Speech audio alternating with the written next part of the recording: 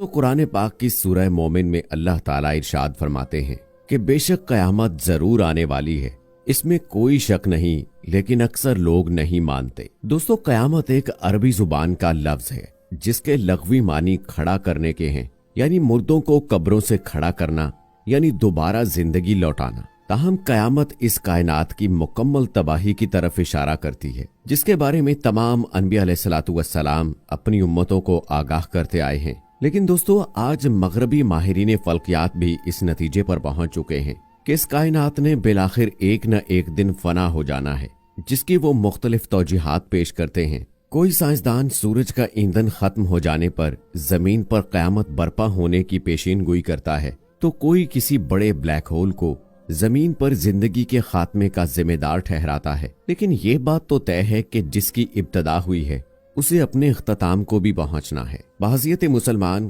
क़यामत और रोज़े महशर पर ईमान लाना हमारे लिए लाजमी है। क़यामत कब आएगी, किस तरह कायम होगी, ये बात अल्लाह ताला के सिवा कोई नहीं जानता। अलबत्ता तमाम अनबिया अलैहिस्सलातु वस्सलाम ने इसके बारे में कई निशानियां अपनी उम्मतों को बताई हैं। हमारे नबी हजरत मोहम्मद सल्लल्लाहु अलैहि वसल्लम ने भी इंसानों को क़यामत की बहुत सी निशानियों से आगाह किया है, जिन्हें अपने जमानों के एतबार से 3 दर्जात में तकसीम किया जाता है।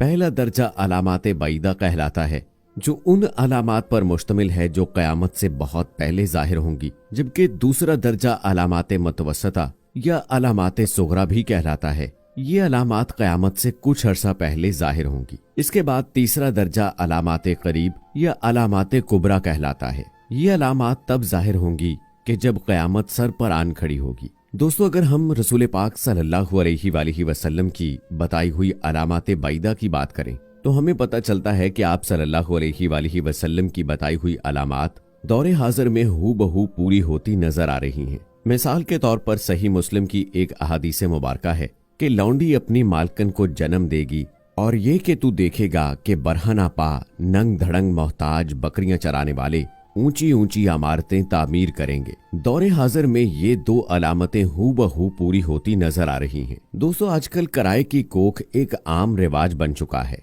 जिसमें एक औरत की कोख किराए पर ली जाती है और ये औरत अपने मालिकान के बच्चों को जन्म देती है। शाहरुख खान का छोटा बेटा अब्राहम इसकी एक अहम मिसाल है। इसके अलावा अरब में घूमने वाले नंग धड़ंग बद्दुओं की फलकबोस इमारतों ने इस हदीस मुबारका के दूसरे हिस्से पर भी मोहर सबत कर दी है। अब इसी तरह की कुछ और हदीस मुलाहिजा कीजिए।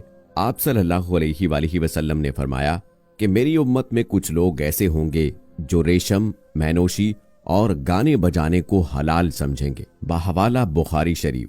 खुदगर्जी और लालच मुआशरे में आम होंगे। बहवाला सही मुस्लिम। तलाक एक मामूली बात समझी जाएगी। बहवाला अहवाले यौमुल क़यामा। जिनसी बेरहरवी आम होगी। बहवाला बुखारी शरीफ। जब क़यामत बर्पा होगी तो जनाकारी लोगों का मामूल होगी। बहवाला किताबुल फितन। मर्द औरतों के और औरतें मर्दों के रूप धारेंगी। बहवाला दुर्रे मंसूर जलालुद्दीन सयूती। लोग हम जिन्स परस्ती में मुब्तला होंगे। बहवाला अल मुत्तकी अल हिंदी। लोगों पर एक ऐसा वक्त भी आएगा जब इस बात की परवाह नहीं रहेगी कि आया कोई हलाल कमा रहा है या हराम। बहवाला बुखारी शरीफ। हजरत अनस रज़ियल्लाहु ताला अन्हो से रिवायत है कि हजरत मोहम्मद सल्लल्लाहु अलैहि वसल्लम ने फरमाया कि क़यामत तब तक कायम ना होगी जब तक ज़माने आपस में करीब ना हो जाएं। बस साल महीने के बराबर हो जाएगा और महीना हफ्ते के बराबर, हफ्ता दिन के बराबर, दिन घंटे के बराबर और घंटा एक चिंगारी की तरह जो चमक कर फौरन बुझ जाती है। बहवाला तिरमिज़ी शरीफ। दोस्तों, आज दुनिया का हर आदमी वक्त की कमी और उसके जल्द गुजर जाने की शिकायत करता है, जो क़यामत की इस अलामत के पूरा हो जाने की एक वाज़े दलील है। इसके अलावा नबी करीम सल्लल्लाहु अलैहि वसल्लम ने दुनिया में आने वाले आखिरी रमजानुल मुबारक के हवाले से भी वाज़े निशानदही फरमाई है। ये रमजानुल मुबारक तारीख़ इंसानी में आने वाला आखिरी रमजान होगा, जिसके बाद ये पाक और बाबरकत महीना कभी नहीं आएगा, जिसके बाद ये जमीन और इस पर बसने वाली मखलूकात 1 साल के अरसे के अंदर खत्म हो जाएंगी। किताबुल फितन में हजरत नोइम बिन हमाद रज़ियल्लाहु ताला अन्हु से रिवायत है कि हजूर नबी करीम सल्लल्लाहु अलैहि वसल्लम ने फरमाया कि क़यामत से कबल एक रमजान ऐसा भी आएगा जिसमें अवामुन नास को एक जोरदार आवाज सुनाई देगी یہ آواز اس قدر خوفناک اور زوردار ہوگی کہ جسے سن کر انسانوں سمیت دیگر مخلوقات سہم جائیں گی اور اس کھوج میں پڑ جائیں گے کہ یہ آواز کیسی تھی اور کہاں سے آئی، لیکن کوئی بھی اس آواز کی کھوج نہ لگا سکے گا۔ سن لو کہ جس رمضان المبارک میں ایسی آواز سنائی دے جس کی کھوج نہ لگائی جا سکے، تو اس کے بعد 1 سال کا رزق اپنے گھر میں جمع کر لینا، کیونکہ اس کے بعد دنیا سے رزق اٹھا دیا جائے گا اور لوگ بھوکے رہیں گے۔ دوستو، قیامت کا آنا ایک یقینی امر ہے اور ہم مسلمان اس بات پر ایمان رکھتے ہیں کہ یہ کائنات اللہ تعالیٰ نے خاص مقصد کے لیے بنائی ہے اور انسان کو اشرف المخلوقات بنا کر بھیجا تاکہ وہ اچھے اعمال بجا لائے۔ یہ بعض سائنسی نظریات کے مطابق یوں ہی اور اتفاق سے وجود میں نہیں آ گئی۔ پھر ان اچھے اعمال کی جزا کے لیے یا برے اعمال کی سزا کے لیے ایک یوم حساب ہونا بھی لازم ہے۔ کیا انسانوں کو اس دنیا میں بھیج دیا جاتا اور وہ نیک اعمال کرتے اور جو دل کھول کر نافرمانی کرتے انہیں ان کی جزا و سزا سے محروم کر دیا جائے؟ یقیناً نہیں، اور اللہ تعالیٰ کی صفت عادل و مقصد کے خلاف بات ہے۔ اور چونکہ یہ دنیا امتحان گاہ بنائی گئی، اس میں یہ بھی ممکن نہیں کہ رزلٹ کا اعلان کمرہ امتحان میں ہی کر دیا جائے۔ روئے زمین پر جو کچھ ہے ہم نے اسے زمین کی رونق کے باعث بنایا ہے کہ ہم انہیں آزما لیں کہ ان میں سے کون نیک اعمال والا ہے۔ اس پر جو کچھ ہے ہم اسے ایک ہموار صاف میدان کر ڈالنے والے ہیں۔ جب آسمان پھٹ جائے گا اور اپنے رب کے حکم پر کان لگائے گا، جب سورج لپیٹ لیا جائے گا اور جب تارے بے نور ہو جائیں گے، میں قسم کھاتا ہوں قیامت کے دن کی۔ یہ تمام اور انہی جیسی بے شمار آیات بینات قیامت کے وقوع کے یقینی ہونے پر دلالت کرتی ہیں۔ ایسا نہیں ہے کہ انسان دنیا میں آیا بس منمانیاں کرے اور ختم، کوئی باز پرس نہ ہو، نہیں، بلکہ ایسی احمقانہ بات مشرکین مکہ بھی کہا کرتے تھے کہ کیا جب ہم مٹی اور ہڈیاں ہو کر ریزہ ریزہ ہو جائیں گے تو کیا از سر نو پیدا کیے جائیں گے؟ سورہ بنی اسرائیل میں اللہ تعالیٰ نے فرمایا، ہاں، خواہ پتھر یا لکڑی یا تمہارے خیال میں اس سے بھی کوئی سخت چیز ہو جاؤ۔ قرآن مجید اور نبی اکرم صلی اللہ علیہ وآلہ وسلم نے ہمیں قیامت، اس کی علامات صغرا و کبرا اور دیگر فتنوں سے آگاہ کیا ہے۔ رسول پاک صلی اللہ علیہ وآلہ وسلم نے فرمایا، میں اور قیامت ایسے بھیجے گئے جتنا شہادت والی انگلی اور درمیانی انگلی ایک دوسرے کے قریب ہیں، بحوالہ صحیح بخاری۔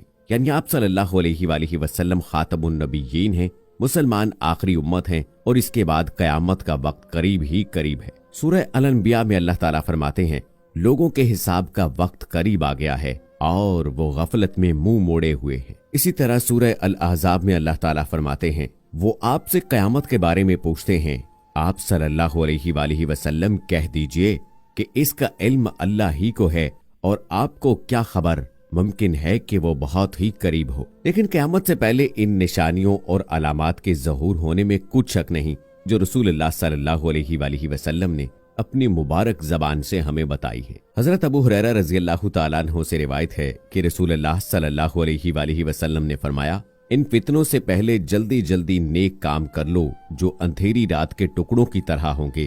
آدمی صبح مومن ہوگا اور شام میں کافر، یا شام میں مومن ہوگا اور صبح میں کافر، اور انسان دنیاوی ساز و سامان کے بدلے میں اپنا دین فروخت کر دے گا۔ یہ بات آج ظاہر ہے کہ لوگ دنیاوی مال و متاع کے پیچھے ہر بات لٹا دینے کو تیار ہیں، اور ان کے ہر کام کا محور و مرکز دنیاوی ساز و سامان ہی ہوتا ہے۔ جس معاملے میں بھی دیکھ لیا جائے، اکثریت کا یہی حال ہے۔ رشتے و تعلق داریاں ہوں، مال و زر کے حصول کے لیے اوپر سے اوپر اور آگے سے آگے ہی نظر جاتی ہے۔ رسول اللہ صلی اللہ علیہ وآلہ وسلم نے فرمایا، ہر امت کے لیے ایک فتنہ ہے اور میری امت کا فتنہ مال ہے۔ رسول اللہ صلی اللہ علیہ وآلہ وسلم نے فرمایا، اگر ابن آدم کے پاس مال کی 2 وادیاں ہوں تو وہ تیسری کا خواہش مند ہوگا۔ اسی طرح عالمی سطح پر بھی دیکھا جائے تو وہاں بھی مختلف قوموں اور ملکوں کے درمیان معاشی کشمکش ہی جاری رہتی ہے، اور ایک دوسرے کو نیچا دکھانے اور نقصان پہنچانے کی سازشیں کی جاتی ہیں۔ تو دوستو، امید کرتے ہیں کہ ہماری آج کی قیامت کی نشانیوں کے حوالے سے یہ ویڈیو آپ کو پسند آئی ہوگی۔ اس ویڈیو کی پسندیدگی کے اظہار کے لیے اس ویڈیو کو لائک کریں، شیئر کریں اپنے دوستوں کے ساتھ، کمنٹ سیکشن میں اپنی رائے کا اظہار لازمی کیجیے گا۔ ملتے ہیں اگلی ویڈیو میں، تب تک کے لیے اللہ حافظ۔